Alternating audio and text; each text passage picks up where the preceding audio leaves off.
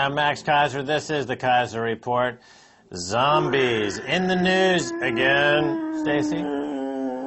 Max, that's right. From Barry Ritholtz, the word of the day, zombie debtor. A zombie debtor is a noun, an indebted consumer who is only able to pay the debt interest each month. Right. So the debts never go away. They can only pay the interest. They're always in debt. And this applies throughout the entire economy, not just on credit card debts, but mortgage debts, anything that touches the consumer. Now, if you look at the bankers, of course, they're involved in a very interesting situation in that they never pay interest on phantom debts. They loan into existence phantom debts that are uncollateralized, that they themselves only understand the configuration thereof, but they never have to pay interest. However, they get awarded ginormous fees. So here you have the two pillars of society. Zombie debtors who never escape debt, and clown bankers who never have to pay debt. So it's zombies and clowns. Yeah, wherever there's a zombie debtor, you can be sure there's a zombie creditor and a zombie central banker feeding them all. The Fed is starving economy of interest income. So Warren Mosler, a former broker, manufacturer, and co-founder and distinguished research associate of the Center for Full Employment and Price Stability, says the Fed is part of the problem rather than part of the answer. This is why we have so many zombie debtors. He said it would serve public purpose if the Fed made it clear that in today's rate environment, what's called quantitative easing, in fact, removes interest income from the private sector, thereby functioning much like a tax and a source of what's called fiscal drag, as it takes net dollars out of the economy as it reduces the federal deficit. Well, yeah, right. If there were not this zombie debtor effect, you would have an accretion of interest income, which would form the basis of the capitalism, something called capital. And without the capital, there is no capitalism. You see? Get it down in the hood. The zizad, or the zizad, or the capitalizizazat. You should have taken that conversation to Davos, Max. The whole world would be devoid of these zombie bankers instead. I wanted to make a protest igloo in Davos. That looks like fun. Rub noses with some of the locals. Warren Mosler then goes on to a second point. He said, this brings up my second criticism with regards to the interest income channel. Lowering rates in general in the first instance merely shifts interest income from savers to borrowers. But he then goes on to say that while income for savers dropped by nearly the full amount of the rate cuts, costs for borrowers haven't fallen that much, with the difference going to net interest margins of lenders. Thus, you're enabling and feeding and empowering the zombie bankers. And, you know, think of it this way. The capital is flowing through the economy. It's a pipeline of capital, if you will. And the lower interest rates have the effect of shutting down the pipeline of capital and causing deflation. The central bankers are saying, well, we need lower interest rates to increase liquidity in the system. That's patently false. It shows that they have absolutely no idea how this economy works. Someone like a Chris Whalen, for example, who's a true banking analyst, will tell you in order to get the cash flowing again, you need to start to raise rates and incentivize banks to lend to each other, thus creating the basis of an inflationary scenario that would create the jobs and the growth that some people say is their objective, but clearly it is not. But let's talk about this point here, Max, because you've often talked about raising rates, and all the time you hear screeches of horror that this cannot possibly happen, because when the Fed cuts rates by 5%, as it has done over the past few years, we get 0.05% taken off our interest rates that we have to pay for our mortgages. All the rest goes to the bankers. All the rest is taken from savers and shifted to bankers. So there is a vocal portion of the population who screeches in horror and pain, and their voices get heard out over the people who are savers and who could possibly provide the capital from which capitalism can once again return to the American economy. Right. In the currency war, it's asymmetric.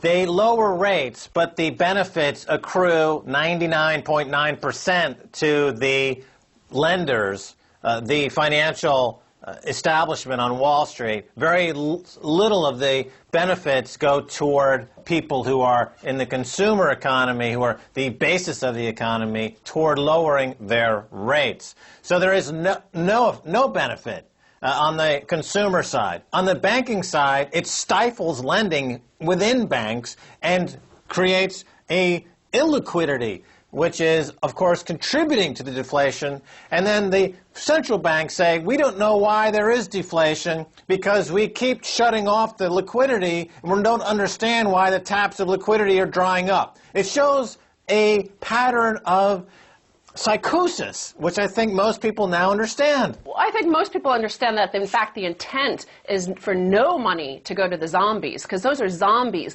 Why would you ever want those peasant zombies to ever have any money again to pay off their debts? You want them just eking out a tiny, tiny sort of subsistence level. But you want those zombies shrieking to empower and to enable a vastly growing sector, the finance sector. Lloyd Blankfein gets more powerful, Jamie Dimon gets more powerful, the banking sector gets more powerful exactly because of this squealing, desperate zombie debtors.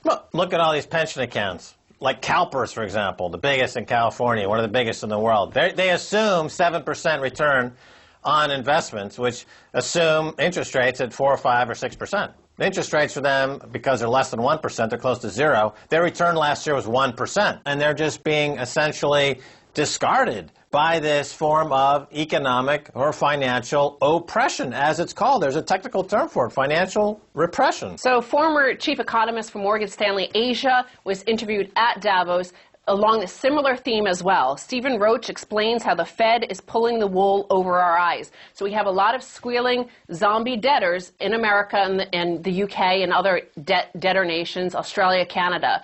Anytime the notion that rates should be raised, they shriek and it never happens.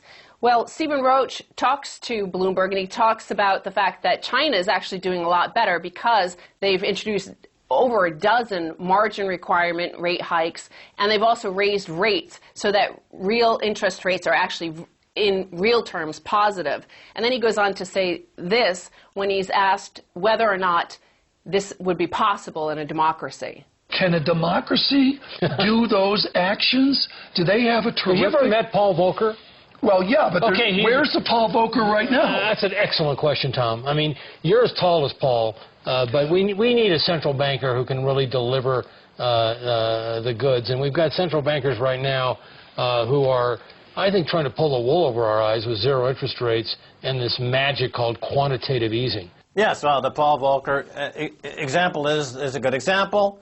They had the inflation that came after Nixon closed the gold window, and you had gold spiking in price, and you had massive inflation, stagflation, and Volcker came in, raised interest rates, and set the stage for Reaganomics. Reagan just inherited everything that Volcker positioned ahead of that economy. Raising rates increases competition because it forces out the speculators who are merely parasitical in their behavior. The bankers are just being parasites. They want lower rates. Higher rates would force those guys out and bring in entrepreneurs who are doing something other than just financial speculation. It would be the best possible thing you could do for the U.S. and global economies to start raising interest rates, forcing out the speculator parasites, and giving people with savings a return on their investments, the pensions. It would also have the effect of raising real wages. So let's go on to more of this magical thinking, economists versus Americans. A new survey finds that just 23% of Americans say they trust the U.S. financial system. That is as low as the earliest months of the economic crisis. And 62% describe themselves as angry or very angry about the nation's economic situation, the highest level since March of 2009.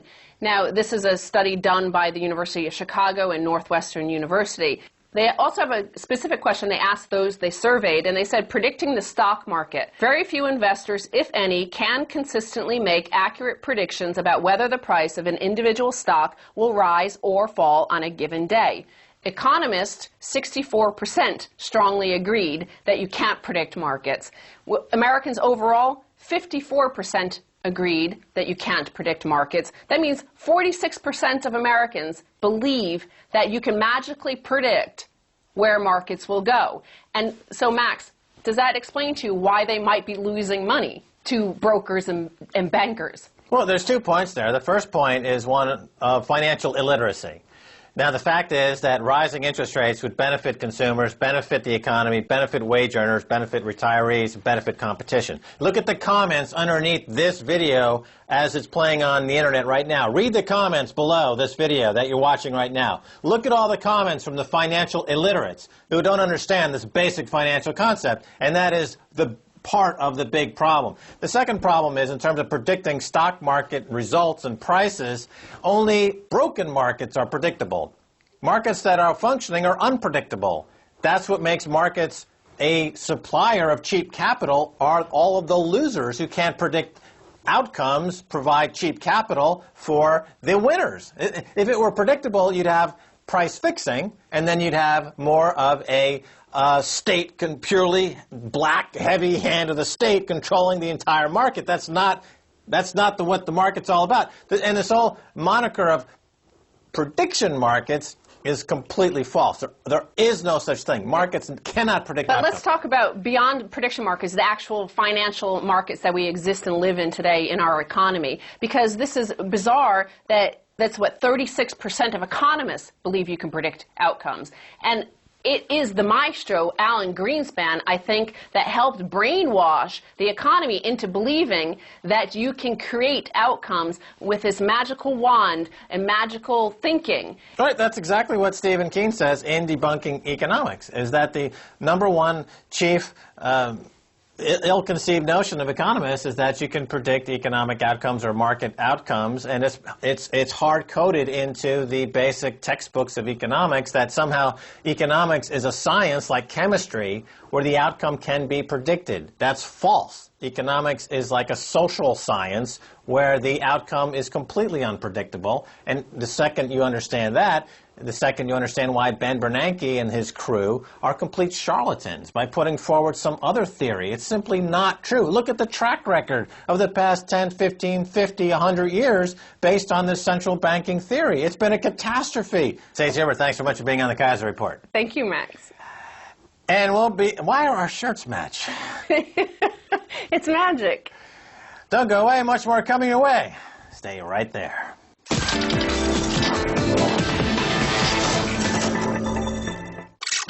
Is that so much there's a huge misunderstanding crude blockade and the turning off of the taps. As the United States and the EU again sanction Iran, Tehran is also threatening to impose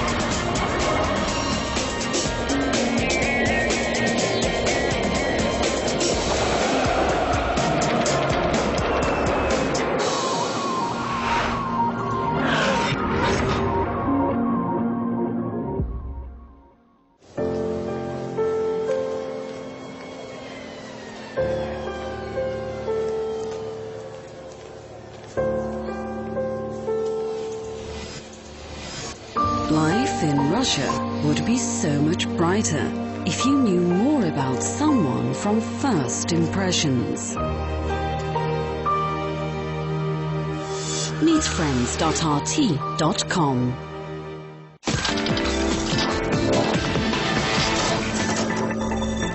Hi, I'm Max Keiser. Welcome back to the Keiser Report. Time now to go to London and speak with Ned Naylor-Leyland of Cheviot Asset Management. Ned, welcome back to the Keiser Report. Thank you, Max. I'm wearing a special silver tie just for you. Oh, excellent.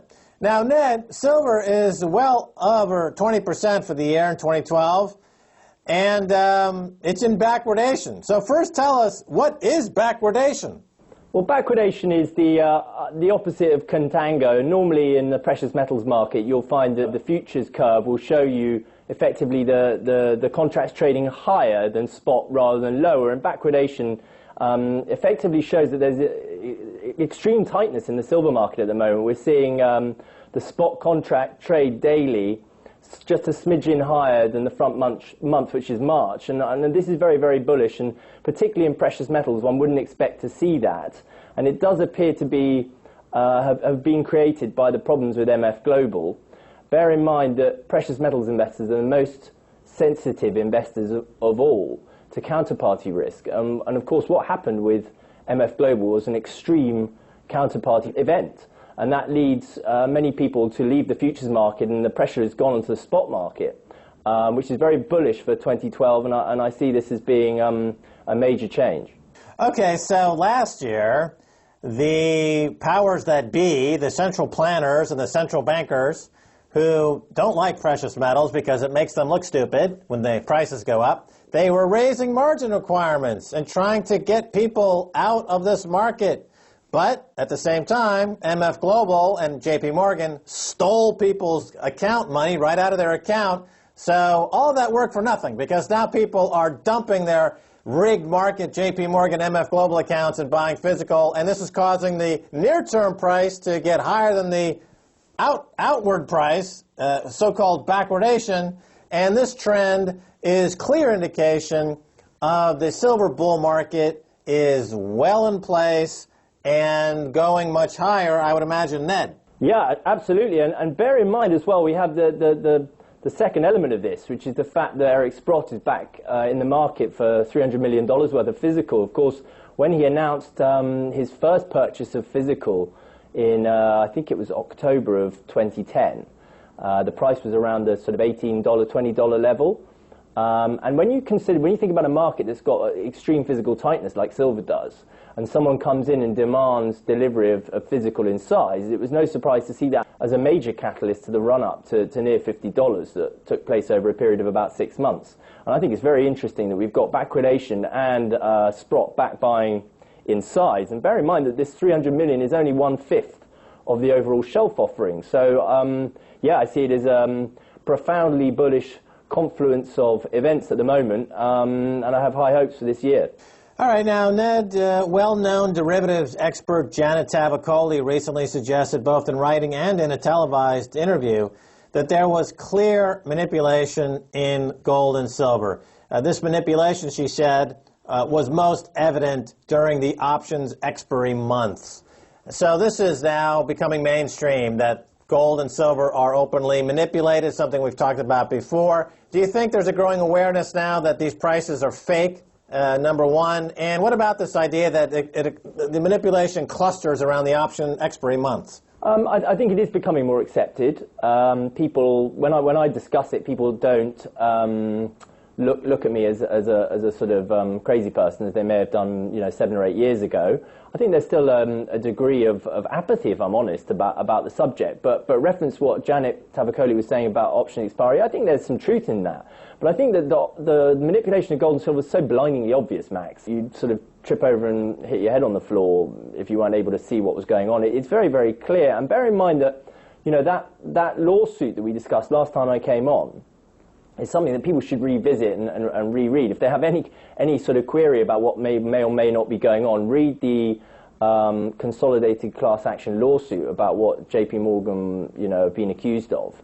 And I think it becomes very clear that silver's a much smaller market than gold. And as a result, both are being manipulated, but the footprints of the manipulative behavior is much more obvious in silver. Yes, I think there's some truth about the option expiry, and certainly in the past, that was an area where you would see sell-offs into option expiry so that contracts didn't expire in the money. But of course, of late, that's been blown out of the water. I just think that the evidence overall is overwhelming. And I would say to you that, what we've got is the London Gold Pool that was around in the 1960s. So the difference was then they were selling real physical into the market.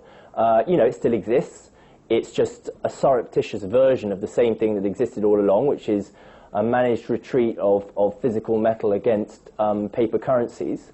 And I think really, it's now accepted by an increasing amount of knowledgeable commentators this is going on. I don't think it's hit the public yet because the public are still learning about the true nature of money and what it used to be and what it will be again. Okay, talking about the true nature of money, Ben Bernanke in his recent statement is talking about interest rates remaining at effectively zero through 2014 and beyond.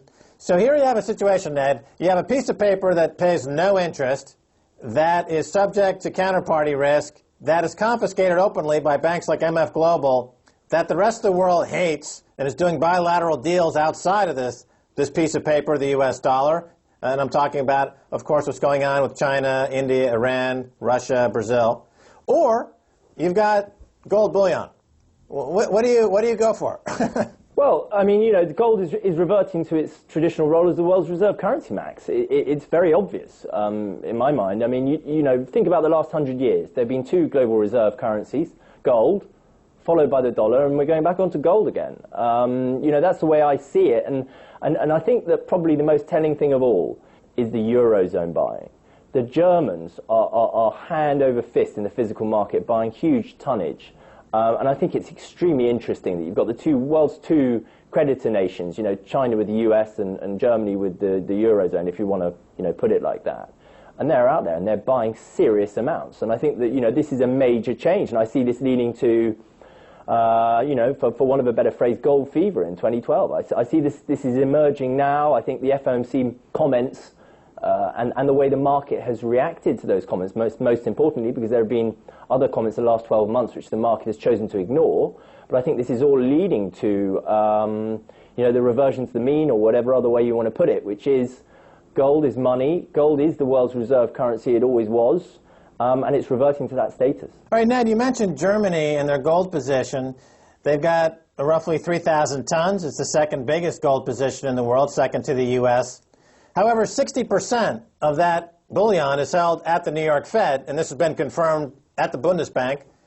So in a currency war, as some call it, it might be difficult to get that gold back. And certainly countries like Venezuela are aggressively repatriating their gold, and countries are talking about getting their gold back into their own countries. Is there a risk that the U.S., as some have argued, declares you know, financial martial law, keeps Germany and other European gold in New York, won't let it go, and as part of this emerging currency war? Your thoughts? Well, if the kakistocracy remains in power, you know, the way it is at the moment, then who knows? I suppose it's a possibility they could try that. The German buying I refer to really is the retail side. It's the German people who are sort of going over the top of their government and the way the government are behaving and are buying physical in size themselves.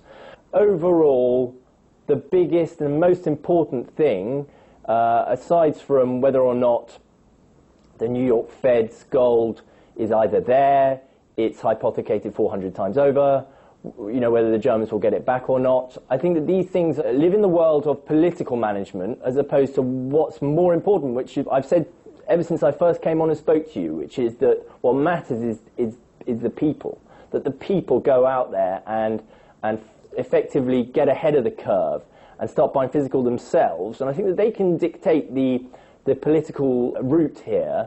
And I don't think that that necessarily will be the case. Of course, the Americans have lots of military hardware to back up a potential confiscation of other nations' gold, but I see that as a fairly extreme potential possibility or outcome. All right, let's do a little forecasting. Last year, you were talking about a $2,000 gold price, and a lot of banks now are raising their targets for gold, and they're now raising it to that $1,700 to $2,100 per ounce level. What are your thoughts for 2012, 2013? Do you still see 2,000 in the cards, and where do we go from there? Well, I think it's just a linear progression would take you to 2,000. I don't think that's a particularly big deal. But the point that you make about the banks is in my opinion, extremely important. I think this makes a huge difference. Something which all the way through this bull market when I've been investing, it's been a source of enormous frustration to me when analysts come in and they sit in front of you and they say, yeah, we like this stock, these are our top 5. But meanwhile, we think gold's going down $100 over the next 12 months. Well, of course, no institutional money is going to go into the market when that happens. So I think the fact that the banks are projecting higher gold prices, not just 5% higher, but substantially higher, can lead to a major sea change in the way the market moves. Because ultimately, the institutional generalists, the ones who are the asset allocators and are moving the money around, you know, they may well like the idea of a particular gold mining stock. And they may see the fact they're now paying dividends and think that's interesting. But if they're also being told by the same analysts that they think the price of spot is going lower, you're very unlikely to see any money come in. And I think that's an enormous reason why the mining stocks have performed so badly for a long time. But I think personally the fact that the banks are making these big projections, for higher prices, whether or not you or I, want to pick a particular line in the sand as to where we're going, but we both say it's going higher. But I think what's more important is what the banks are saying and what that means potentially for 2012. Okay, last question. In terms of these banks allocating money to gold and silver as part of their asset allocation, at the moment, less than 2% of the global investable assets are in precious metals, which is a very small fraction, versus, let's say, the 1970s during the last major bull market when that number got up to 10% and beyond. Are those numbers correct? And do you see that those numbers expanding to that 70s level of 10% or above, which of course would mean hundreds of billions of dollars now looking at this market? Well, firstly, no, I don't think they are correct. I think, whether you want to bring in the shadow banking system, the derivative system, whatever you want to relate it to, the type of gold investing that was going on back then is very different to the type of precious metals investing, I'd include silver in that as well, that goes on now. So effectively the leverage was much lower. And I'm pretty sure that number that you said of 2% would include all different forms of gold and silver instruments. So no, I think it's lower than that, and I think it has the scope to go much higher. Picking a number, I wouldn't do that. And bear in mind that we are in a situation now where paper currencies across the planet are racing each other lower. And so I think what we're seeing is a paradigm shift, rather than just an asset allocation shuffle from 1 to 10. We're seeing a whole paradigm shift about what money is, the way the world's moving. It's such a big change that I think that picking a number in a let's say a linear way like that is I wouldn't wish to do that. All right, fair enough. Ned Naylor-Leyland, we're out of time. Thanks so much for being on the Keiser Report. A pleasure as always. All right, and that's going to do it for this edition of the Keiser Report with me, Max Keiser, and Stacy Herbert. I want to thank my guest, Ned Naylor-Leyland of Cheviot Asset Management. If you want to send me an email, please do so at keiserreport@rttv.ru. Until next time, Max Keiser saying bye, y'all.